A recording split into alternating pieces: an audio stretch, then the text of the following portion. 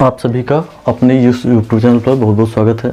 जैसा कि आप सभी लोग जानते हैं कि इसके पूर्व में हम लोगों ने विशेष रूप से एजुकेशन संबंधित जो शिक्षा के महत्वपूर्ण तथ्य थे उसके बारे में जानने समझने का प्रयास किया गया था।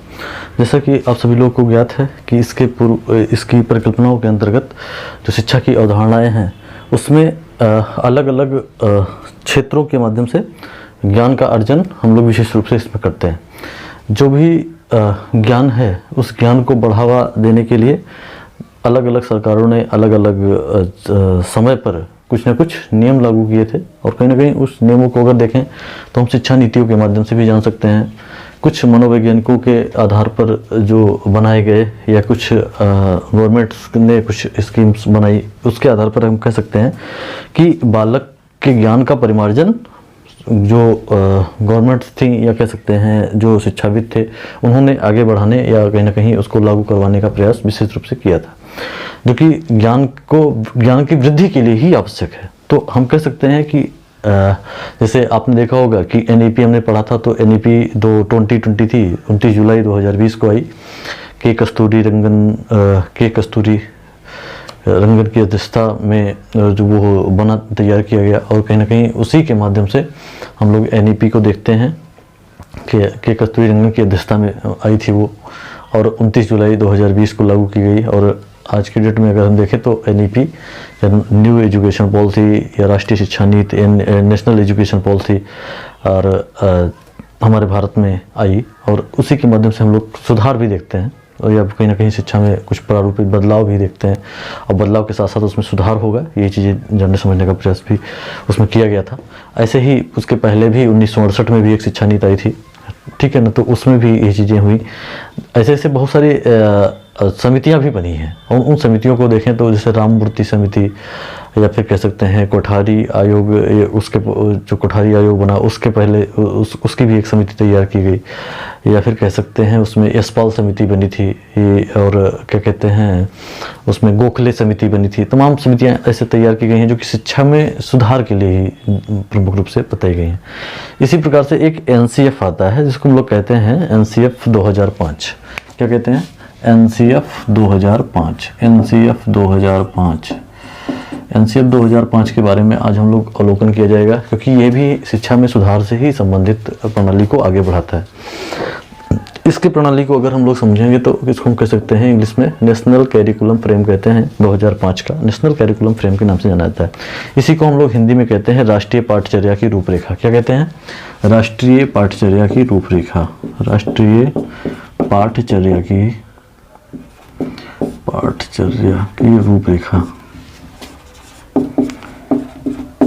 रूपरेखा, ठीक है ना, राष्ट्रीय पाठचर्या की रूपरेखा 2005, ठीक है ना। इसके बारे में हम लोग आज विस्तृत रूप से जानने समझने का प्रयास करेंगे।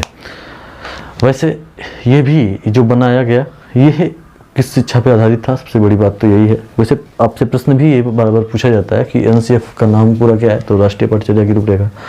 NCF कब आया? 2005। NCF नेशनल कैरिकुलम फ्रेम के नाम से अगर इसको हम देखें तो इंग्लिश में भी कहते हैं, तो इसको हम लोग नेशनल कैरिकुलम फ्रेम के नाम से जानते हैं।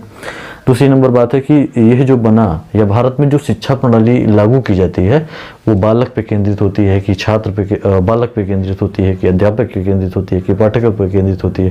वैसे केंद्रित तो सभी पे होती है, लेकिन कहीं ना कहीं हम लोग जब बालक को बताते हैं या पढ़ाते हैं समझाते हैं तो उसको बाल केंद्रित शिक्षा के आधार पर ही उसको डेवलप किया जाता है, ठीक है ना। तो ये चीज़ें हमको ध्यान रखें। और ये पेपर में पूछा भी कई बार गया है कि बालक जो शिक्षाएँ भारत में लागू होती हैं या भारत में जो शिक्षाएँ या बालक को जो शिक्षा दी जाती है वो किस पे आधारित होती है, तो बाल केंद्रित शिक्षा पे आधारित होती है। तो सबसे पहले बात तो यही है कि बाल केंद्रित शैक्षिक संरचना को मूर्त रूप, ठीक है ना, बाल केंद्रित शिक्षा को मूर्त रूप प्रदान करने का सबसे सशक्त माध्यम है पाठचर्या। किसका माध्यम है? पाठचर्या। ध्यान रखें ये जो पाठ्यचर्या है ना, कैरिकुलम जिसको हम कहते हैं पाठ्यचर्या, इसी को तो कहते हैं ना पाठ्यचर्या, इसको हम लोग कैरिकुलम के नाम से जानते हैं। तो कैरिकुलम अगर ध्यान रखिए तो पाठ्यचर्या ही है, और पाठ्यचर्या और पाठ्यक्रम आप ध्यान रखेंगे, पाठ्यचर्या और पाठ्यक्रम में थोड़ा सूक्ष्म अंतर भी है, और इसके बारे में हमने पूर्व में बताया भी है वीडियोज़ में, इसको ध्यान रखें और ध्यान से देखें भी, ठीक है। तो उसमें पाठ्यचर्या पाठ्यक्रम में डिफरेंसेस भी है। वैसे पाठ्यचर्या को हम लोग कैरिकुलम कहते हैं, और जो कैरिकुलम है शॉर्ट में इसको हम बताते हैं, क्योंकि ध्यान रखेंगे कि जो कैरेरे है शब्द है, कैरिकुलम शब्द है, कुलम शब्द है, इसको कैरेरे से आया है, कैरेरे, ठीक है ना, कैरेरे शब्द से आया है। और कैरेरे का अर्थ होता है दौड़ का मैदान। क्या होता है? दौड़ का मैदान, ठीक है ना। कैरेरे का अर्थ होता है दौड़ का मैदान, अर्थात जितने में बालक वर्क करता है उसी को हम दौड़ का मैदान कहते हैं। मतलब कार्य को या पढ़ाई लिखाई को जितने भी उस निर्धारित करता है उसको दौड़ का मैदान ही कहा जाता है।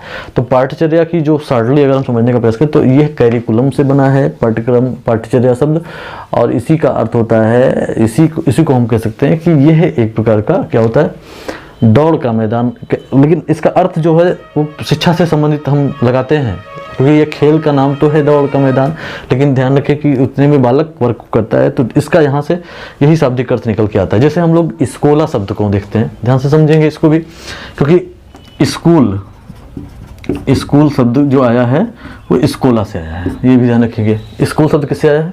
स्कूला से आया है। स्कूल शब्द आया स्कूला से, और स्कूला का अर्थ होता है, स्कूला का अर्थ क्या होता है?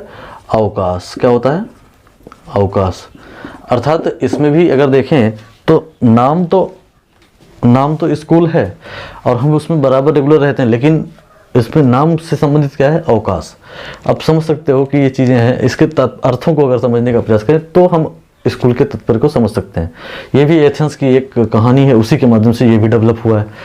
छुट्टियों के समय में लोग एक्स्ट्रा काम वर्क करते थे, उसी धीरे धीरे वही स्कूला का रूप ले लिया, उसी को स्कूल के नाम से जानते हैं, ठीक है ना। तो ये चीज़ें भी ध्यान रखेंगे। इसी प्रकार से पाठ्यचर्या है जो कैरेरे से आया, कैरेरे का अर्थ होता है दौड़ का मैदान, ठीक है ना। और पाठ्यक्रम तो अलग प्रकार से होता है, वो जो पाठ्य का क्रम होता है वो चीज़ें दी गई होती है, ठीक है ना।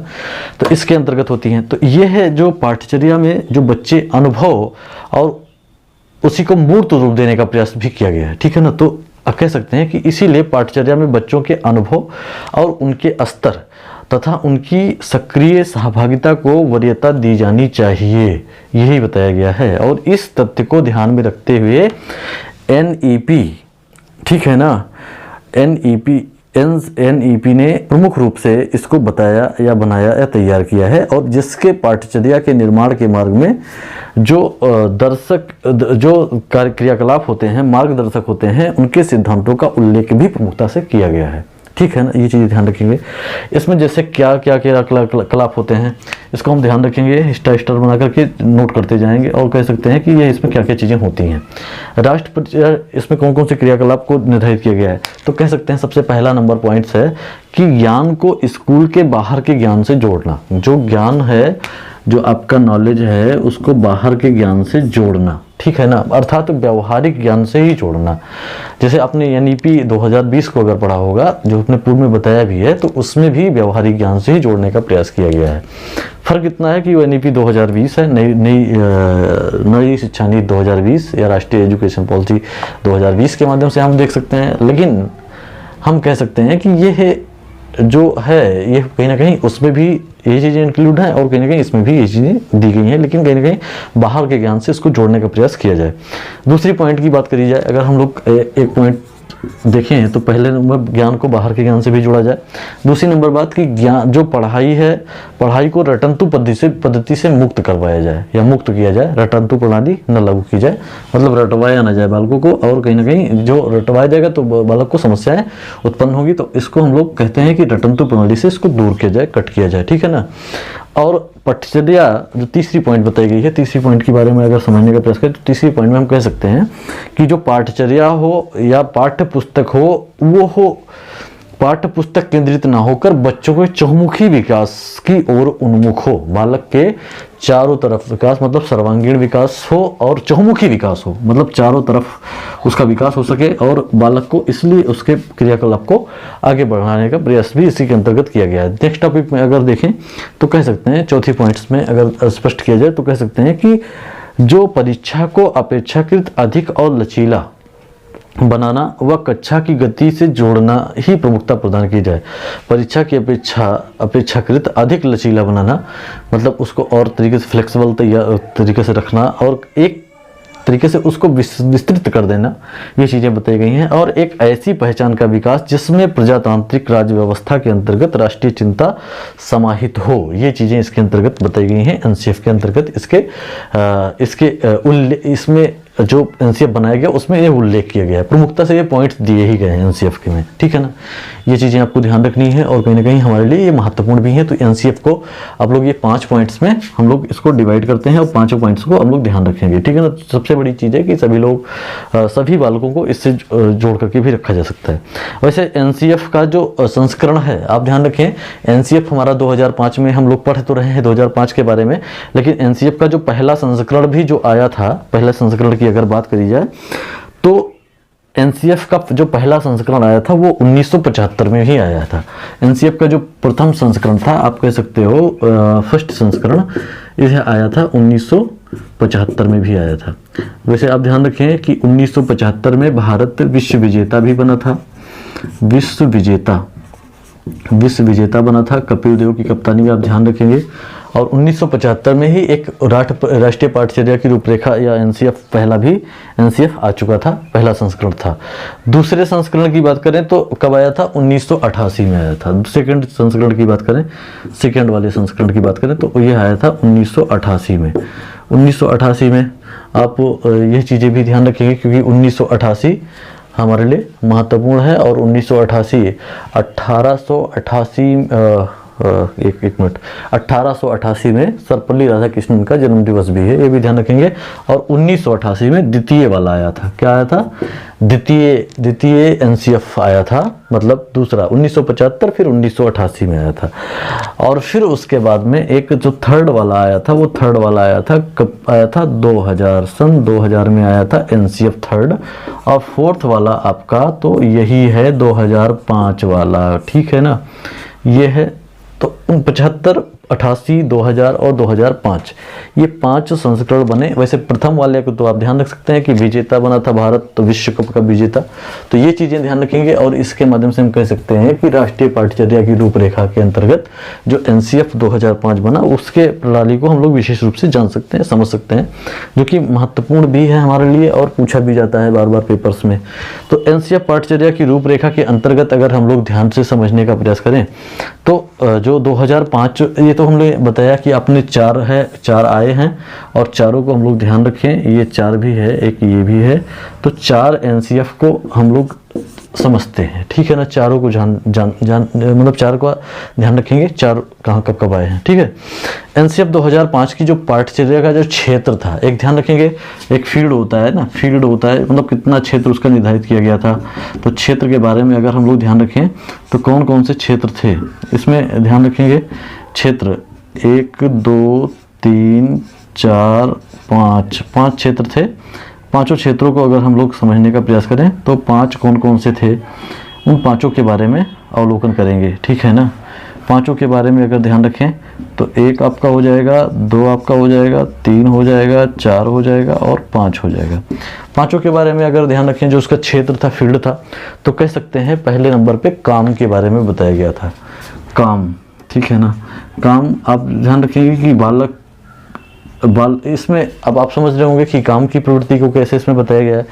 शिक्षा की गुणवत्ता के लिए कहीं ना कहीं इसमें ध्यान रखने की आवश्यकता है और कहीं ना कहीं इसमें काम प्रवृत्ति को पहले बताया गया था। कला व पारंपरिक दस्तकारियाँ भी बताया गया है, कला बताया गया है और पारंपरिक दस्तकारियाँ भी बताया गया है। कला व पारंपरिक दस्तकारियों के बारे में बताया गया है। कला व पारंपरिक दस्तकारियों के बारे में इसमें इंक्लूशन किया गया है। पहला हो गया काम, दूसरा हो गया दस्तकारियाँ। 5 पॉइंट नहीं, 4 ही होगा शायद, इसमें 4 ही बताया गया है। काम होगा, कला पारंपरिक होगा और इसमें बताया गया है कि स्वास्थ्य शिक्षा और शारीरिक क्रिया, स्वास्थ्य शिक्षा और शारीरिक क्रिया, ठीक है ना, शारीरिक क्रिया के आधार पर बताया गया है। तो इसमें काम हो गया, कला हो गया, स्वास्थ्य हो गया, शारीरिक शिक्षा व कला, शारीरिक शिक्षा व कला के आधार पर। तो इसको हम लोग इसके माध्यम से इसके क्षेत्र को जान सकते हैं, समझ सकते हैं। ये चीज़ें इसके अंतर्गत बताई गई हैं जो कि इसके फील्ड के आधार पर डेवलप होती हैं। 4 कंडीशन बताई गई थी 2005 में। एनसीएफ 2005 के अध्याय कौन कौन से थे? अध्याय की बात करें तो जो अध्याय होता है या लेशन कह सकते हैं, इसके जो पार्ट थे, अध्याय थे, उसके अध्याय के इसके अध्याय जो दिए गए हैं ये हमारे 5 पॉइंट्स में डिवाइड किए गए हैं, ठीक है ना। इसके 4 ये तो इसके क्षेत्र बताए गए हैं, 4 क्षेत्र थे। इसके फील्ड जो फील्ड थे वो 4 थे, और जो इसके जो इसका अध्याय बताया गया है, अध्याय की बात करें तो इसमें 4-5 अध्याय बताए गए हैं, ठीक है ना। अध्याय में कौन कौन से थे? जैसे अध्याय 1 में था परिप्रेक्ष्य। अध्याय 1 में, अध्याय 1 ध्यान रखेंगे, ये हमारा है अध्याय। अध्याय 1 में क्या था? परिप्रेक्ष्य था, परिप्रेक्ष्य। अब परिप्रेक्ष्य में क्या चीज़ें होती हैं ध्यान रखेंगे। इसमें जो परिप्रेक्ष्य होता है उसमें परिप्रेक्ष्य में यही चीज़ें बताई गई हैं सिर्फ 2005 में कि शिक्षा की गुणवत्ता, पाठ 1 में मतलब अध्याय 1 में बताई गई कि शिक्षा की गुणवत्ता, शिक्षा के सामान्य संदर्भ, शिक्षा की गुणवत्ता के बारे में बताया गया, शिक्षा के सामान्य संदर्भ के बारे में बताया गया, और शिक्षा के जो लक्ष्य होते हैं उसके बारे में इसमें इंक्लूड किया गया है। और जिसमें यह चीज़ें बताई गई कि बच्चों को क्या पढ़ाया जाए, कैसे पढ़ाया जाए, और इसके ऊपर व्यापक रूप से व्यापक क्रियाओं के आधार पर इसमें इसके परिप्रेक्ष्य में जो विस्तृत प्रणाली को लागू किया गया है, और विचार इसी के ऊपर विचार भी किया गया है, ठीक है। तो ये चीज़ें परिप्रेक्ष्य से जुड़ी हुई हैं। मतलब अध्याय 1 में एनसीएफ 2005 बताता है कि शिक्षा की गुणवत्ता कैसी हो, संदर्भ, इससे संदर्भित क्रियाकलाप कैसे हो। तीसरी पॉइंट बताई गई है कि शिक्षा के लक्ष्य कैसे प्राप्त करवाए जाएं, और उसको कैसे पढ़ाया जाए, कैसे उसमें ज्ञान को आगे बढ़ाया जाए, और कह सकते हैं कि व्यापक स्तर पे इसी चीज़ पे परिप्रेक्ष्य में विचार भी किया गया। पहला नंबर परिप्रेक्ष्य हो गया। दूसरा नंबर हम ध्यान रखेंगे कि सीखना और ज्ञान। दूसरा बताया गया है अध्याय 2 में सीखना और ज्ञान। सीखना और ज्ञान के बारे में क्या चीज़ें होती हैं ये ध्यान रखेंगे। सीखना और ज्ञान, पहला था परिप्रेक्ष्य, दूसरा था सीखना और ज्ञान। सीखने और ज्ञान के बारे में ध्यान रखें तो ज्ञान की प्रकृति और बच्चों में सीखने की क्षमता पर चर्चा की गई है। ज्ञान की प्रकृति और बच्चों के सीखने में परिचर्चा एनसीएफ 2005 में की गई है। ज्ञान की प्रकृति कैसे हो? जैसे ज्ञान की प्रकृति आप ध्यान रखें कि जैसे आपने देखा होगा नेचुरलिज्म ऑफ एजुकेशन, मतलब जब नेचर या प्रकृति में बालक के प्रकृति में ही ज्ञान हो या शिक्षा हो तो उसकी अवधारणा को हम कैसे प्राप्त करें कि उसके नेचर में, वो प्रकृति में उसके समाहित हो। वैसे रूसो के विचार थे प्रकृति के बारे में तो अलग ही हैं, क्योंकि बालक को वो स्वतंत्रता के ऊपर ध्यान रखते हैं, और कहीं ना कहीं अगर और एक प्रकार से हम जो प्रकृतिवादी की शिक्षा होती है उसको कभी कभी निषेधात्मक शिक्षा के नाम से भी जानते हैं, जो कि रूसो ने बताया था, रूसो के अनुसार है। लेकिन हम लोग यहाँ पे मानते हैं कि बालक को उसकी प्रकृति के हिसाब से और बच्चों को उसके क्षमता के आधार पर उसको चर्चा की जाए, और उस चर्चा के आधार पर उसको विकसित किया जाए, उसके विचारों को डेवलप किया जाए। तीसरे अध्याय में क्या चीजें रखी गई थी उसको ध्यान से समझें तो कह सकते हैं कि पाठचर्या क्षेत्र की अवस्थाएं कौन सी होती हैं। जो पाठचर्या क्षेत्र की अवस्थाएं होती हैं, अवस्था, ठीक है ना, अवस्था होती है वो कौन सी होती है, ठीक है ना। तो वह अवस्था के बारे में हम लोग ध्यान रखेंगे, और इसके अंतर्गत विशेष रूप से बताया गया था और समझाया भी गया था, ठीक है ना। तो इसमें इसके बारे में निरूपण किया गया, और उन सुझावों के सिद्धांतिक आधारों के आधार पर हम निरूपण किया गया, और जो कि पाठचर्या के विभिन्न प्रकार के क्रियाकलापों या छात्रों को दिए गए कि उनके स्कूल की जो अवधारणाएं हैं, स्कूल पाठचर्या क्षेत्र की जो अवस्थाएं हैं, उनका आकलन कैसे किया जाए, कैसे उनकी प्रणाली को लागू किया जाए, या कैसे उसको विकसित किया जाए। तो ये चीज़ें आपकी इसकी कंडीशन के आधार पर बताई गई। अगला बताया गया चौथा पॉइंट्स कि विद्यालय एवं कक्षा का वातावरण कैसा हो। विद्यालय हैं उनका वातावरण की बात करी गई है। विद्यालय का वातावरण आप जानते होंगे, पढ़ाई तो अपनी ज्ञान का अर्जन अच्छे प्रकार से अगर हो सकता है तो उसमें इन्वायरमेंटल कंडीशन डेवलप ही होती हैं। और इन्वायरमेंटल कंडीशन अगर पढ़ाई अच्छे प्रकार से डेवलप की करनी है तो कहीं ना कहीं इन्वायरमेंटल कंडीशन होना परम आवश्यक है। तो ये विद्यालय के वातावरण को भी एनसीएफ देखता है, नेशनल कैरिकुलम फ्रेम देखता है, और कहीं ना कहीं वातावरण के माध्यम से हम विकसित कर सकते हैं, बालक को आगे बढ़ा सकते हैं, उसको क्रियाकलाप को लागू कर सकते हैं। तो ये चीज़ें इसके अंतर्गत बताई गई हैं विद्यालय के वातावरण के माध्यम से। और कह सकते हैं कि इसमें भौतिक एवं मनो आयामों का परीक्षण करते हुए ये प्रस्तुतिकरण किया गया है कि बच्चों के अधिगम को विद्यालय एवं कक्षा का वातावरण किस प्रकार प्रभावित करता है, ये इसके बारे में बताता है। ठीक है ना, तो ये चीजें ध्यान रखेंगे। अध्याय 5 में क्या बताया गया है, उसके अंतर्गत अगर हम लोग ध्यान रखें तो अध्याय 5, जैसे हम लोगों ने जो 5-4 देखे, उसमें पहला था परिप्रेक्ष्य था, दूसरे की बात करें तो सीखना और ज्ञान था, तीसरा देखें तो पाठचर्या क्षेत्र की अवस्थाएं और आकलन था, और चौथे पॉइंट की बात करिए तो विद्यालय एवं कक्षा का वातावरण था। अगले 5वें पॉइंट की बात करें तो व्यवस्थाएं होती हैं, व्यवस्था का सुधार कैसे होते हैं, व्यवस्था का सुधार था है। इस टाइम हम लोग इसके बारे में जानेंगे, व्यवस्थागत सुधार के बारे में। ठीक है ना, तो जो व्यवस्थागत सुधार होता है, व्यवस्थागत सुधार के बारे में अवलोकन करें तो कह सकते हैं कि व्यवस्थागत सुधार, जैसे आपने देखा होगा कि जब इन्वायरमेंटल कंडीशन तभी डेवलप हो सकते हैं, या बालक को हम तभी अच्छे प्रकार से आगे बढ़ा सकते हैं कि जब बालक की व्यवस्थाओं के अंतर्गत उसके बालक की क्रियाकलाप या बालक के रुचि प्रेरणा को तभी जागृत कर सकते हैं, जब हम उसमें एक प्रकार से बालक को सक्रिय तभी बना सकते हैं कि जब बालक को व्यवस्था का सुधार उसके लिए हो।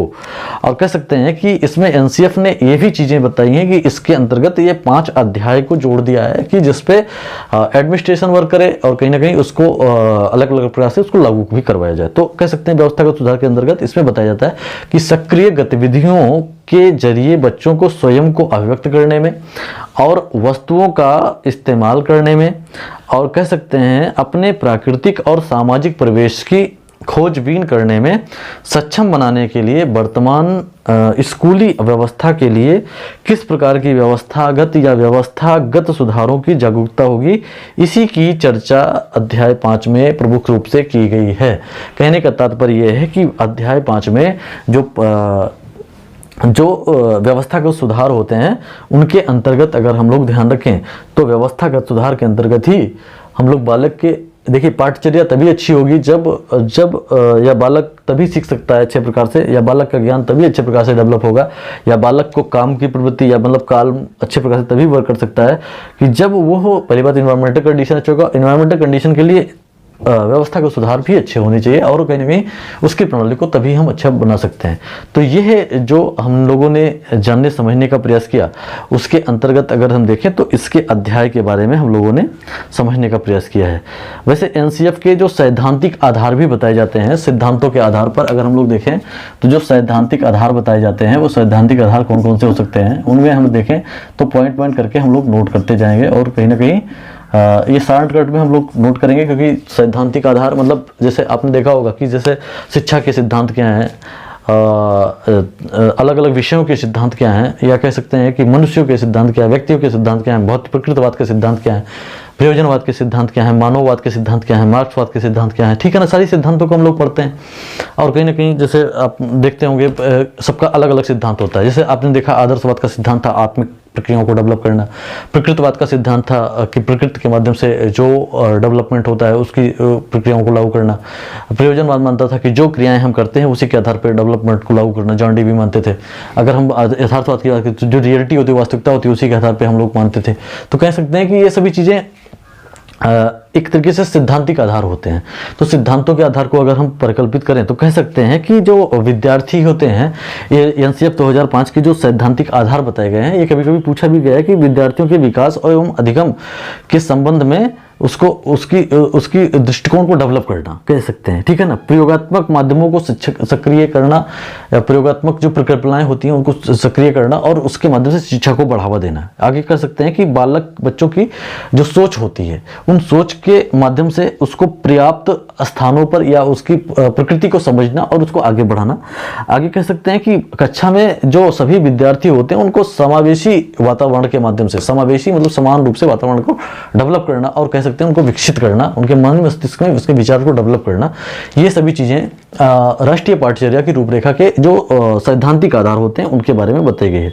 अर्थात अंतोगत्वा हम कह सकते हैं कि बालक को इसके जो एनसीएफ 2005 बताता है उसके आधार पर हम कह सकते हैं कि बालक के सृजनात्मकता के स्तर के लिए, वैसे सृजनात्मकता का नाम अगर आता है तो सृजनात्मकता के बारे में सबसे पहले ईपी टोरेंस ने बताया था, जिसमें 84 विशेषताएं उन्होंने उसके बारे में रिसर्च भी किया है और कहीं ना कहीं उसके बारे में कह सकते हैं कि सृजनात्मकता के जनक ईपी टोरेंस को माना जाता है। ठीक है ना, तो ये चीज़ें ध्यान रखेंगे। और ईपी टोरेंस मतलब सृजनात्मकता नाम है तो इसलिए हमने बताया। तो एनसीएफ 2005 के अंतर्गत बच्चों में सृजनात्मकता को डेवलप करना, उनको आगे बढ़ाना, उनको विकसित करना, उनको प्रकल्पित करना और उनके विचारों को आगे बढ़ाना, और कह सकते हैं कि ये सभी इनके उद्देश्यों के अंतर्गत बताया गया है और ये सभी माध्यम से उनके अंदर डेवलपमेंट भी होती हैं।